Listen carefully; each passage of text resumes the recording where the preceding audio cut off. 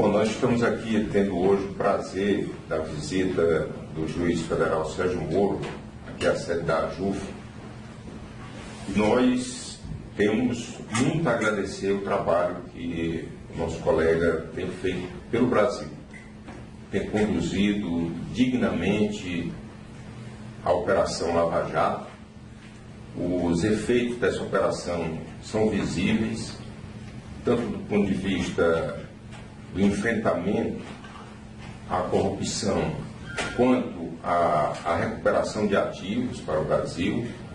Nós sabemos do seu sacrifício pessoal, por isso é que a AJUF sempre tem dado apoio e continuará dando apoio ao nosso colega para que a operação ela tenha o seu objetivo alcançado, que realmente é punir quem merece e absolver aqueles que, porventura, não esteja provada a sua culpabilidade. Nós sabemos que o nosso colega Sérgio Moro tem justamente essa preocupação.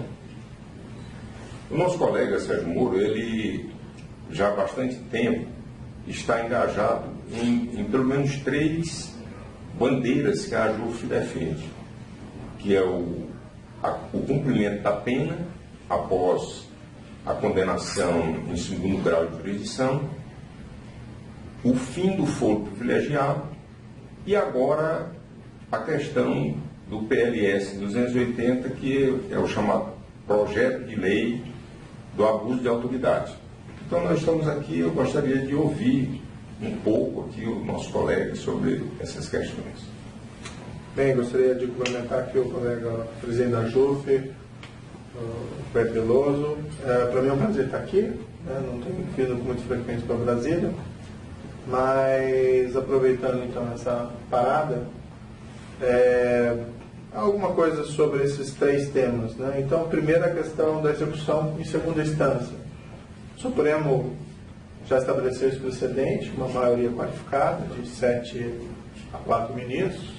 Claro que nós temos que respeitar o entendimento dos ministros que figuraram na minoria, mas foi um precedente muito feliz, porque o que nós tínhamos anteriormente eram esses crimes praticados muitas vezes por pessoas poderosas politicamente ou economicamente, que nunca chegavam ao seu final.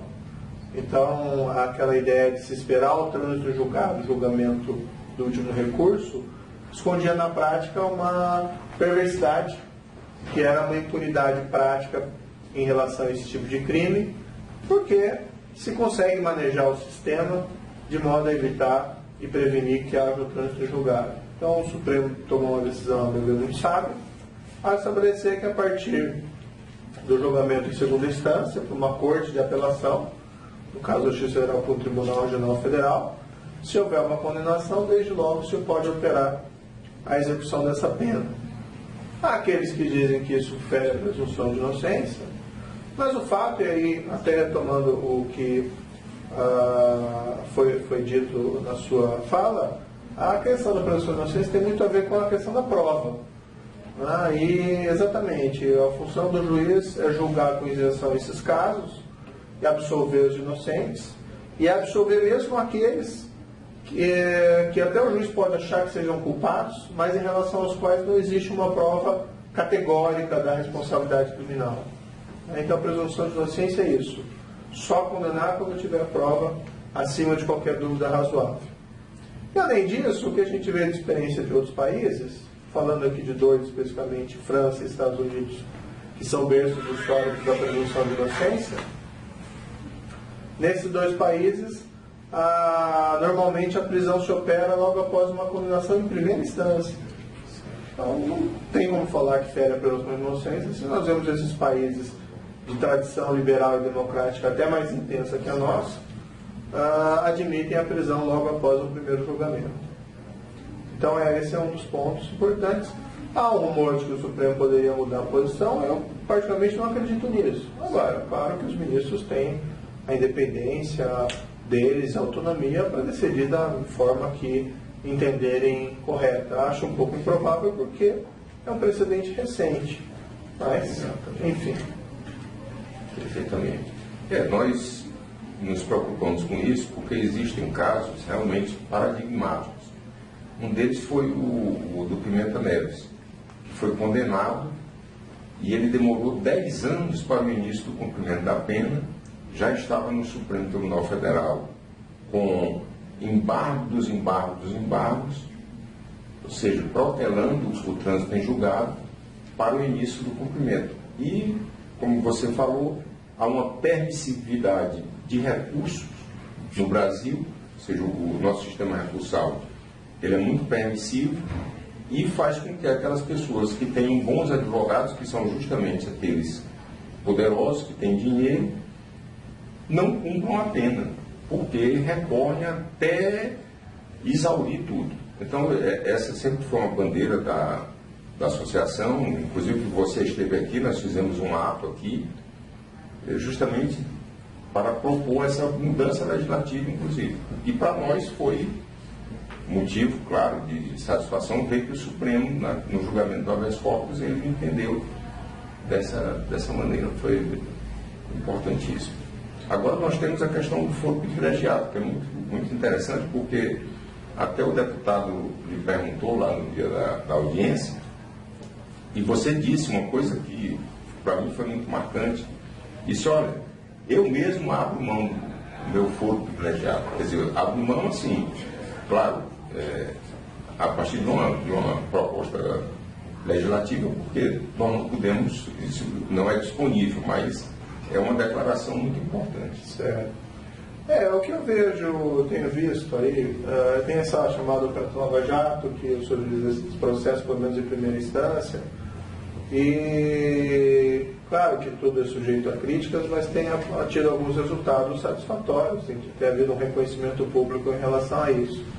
Mas é que é importante não perder de vista que é preciso ter algumas reformas mais amplas, que nós não podemos aí nos satisfazer. Um caso que está tendo um bom resultado, não só esse, mas vamos pensar em outros casos também que estão na mão de colegas juízes federais, ou nas mãos do próprio Supremo, que pontualmente apresentam bons resultados. Só que, no fundo, o bom resultado tem que ser a regra e não a exceção.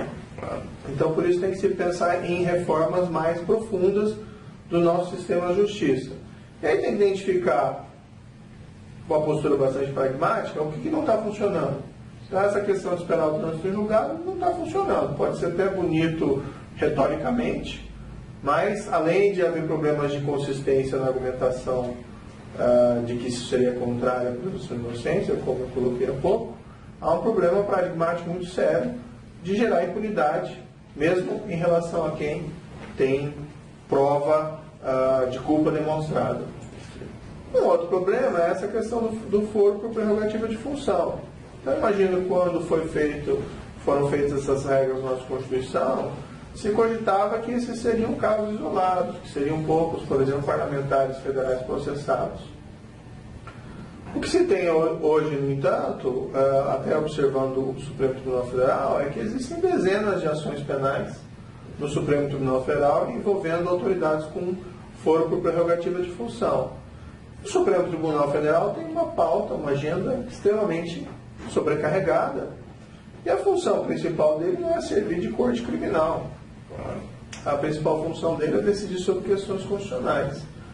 Então isso, por mais boa vontade, por mais empenho, por maior que seja a qualidade jurídica dos ministros, que ninguém coloca em disputa, o fato é que a estrutura leva a uma tramitação extremamente, será uma palavra um pouco forte, mas por vezes morosa. Claro. O próprio caso da Ação Penal 470, que é um exemplo, de dedicação do Supremo Tribunal Federal por processo de julgamento daquela causa, levou cerca de 6 anos. Então, diante dessa constatação, o que tem que ser feito? Identificado o problema, tem que se pensar em remediá-lo. E uma forma, já que não temos como aumentar a capacidade do Supremo Tribunal Federal, não adianta aumentar o número de ministros, porque aí você perde a possibilidade de consensos em questões constitucionais, que é muito importante, reduzir o foro privilegiado. Isso não sou eu, não sou você, não são os juízes federais que dizem isso, há ministros do Supremo Tribunal Federal afirmando isso com frequência. Não, e isso é importante deixar muito claro, que o foro privilegiado seja sinônimo de impunidade. O Supremo já demonstra que não.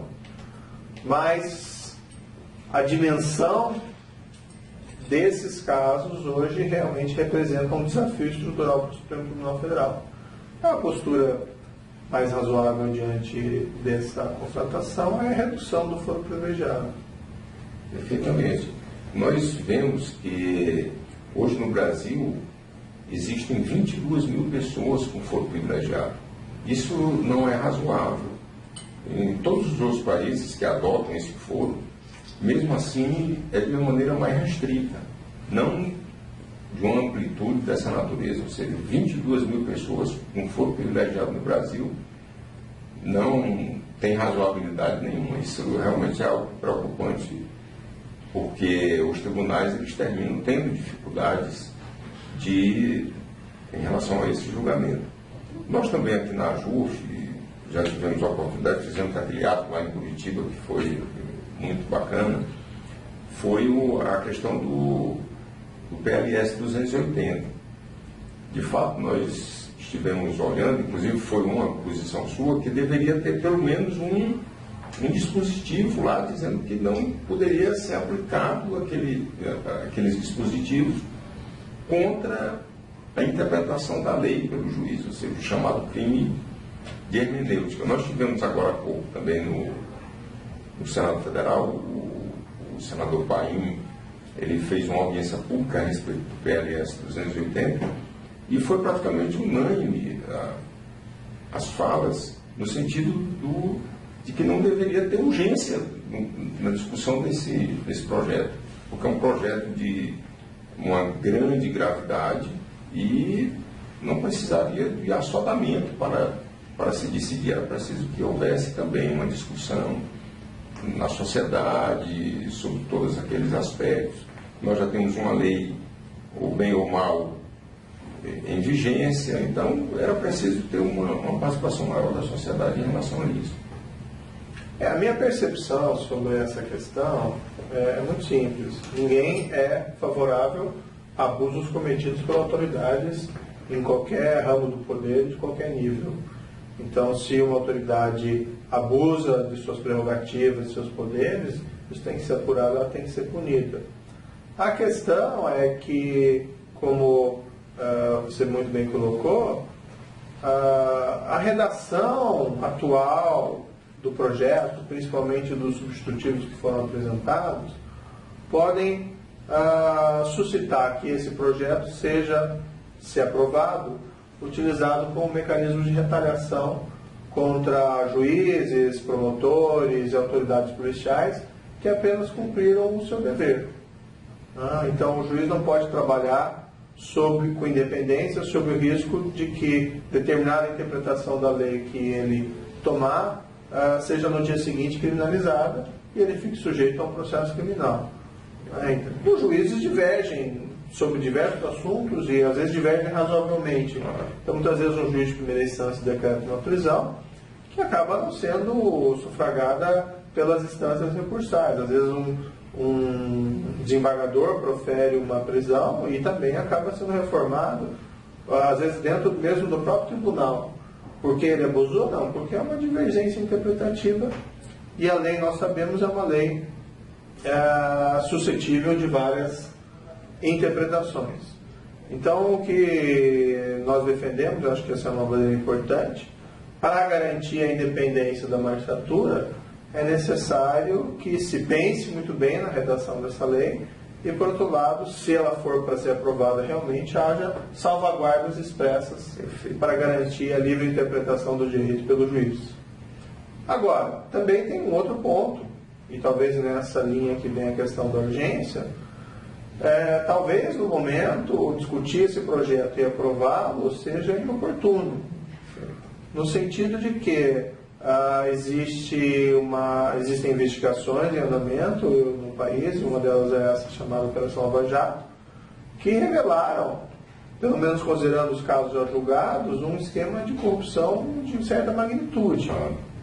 Nesse contexto, o que se espera dos parlamentares seja exatamente a aprovação de leis que visem prevenir e reprimir esse tipo de crime.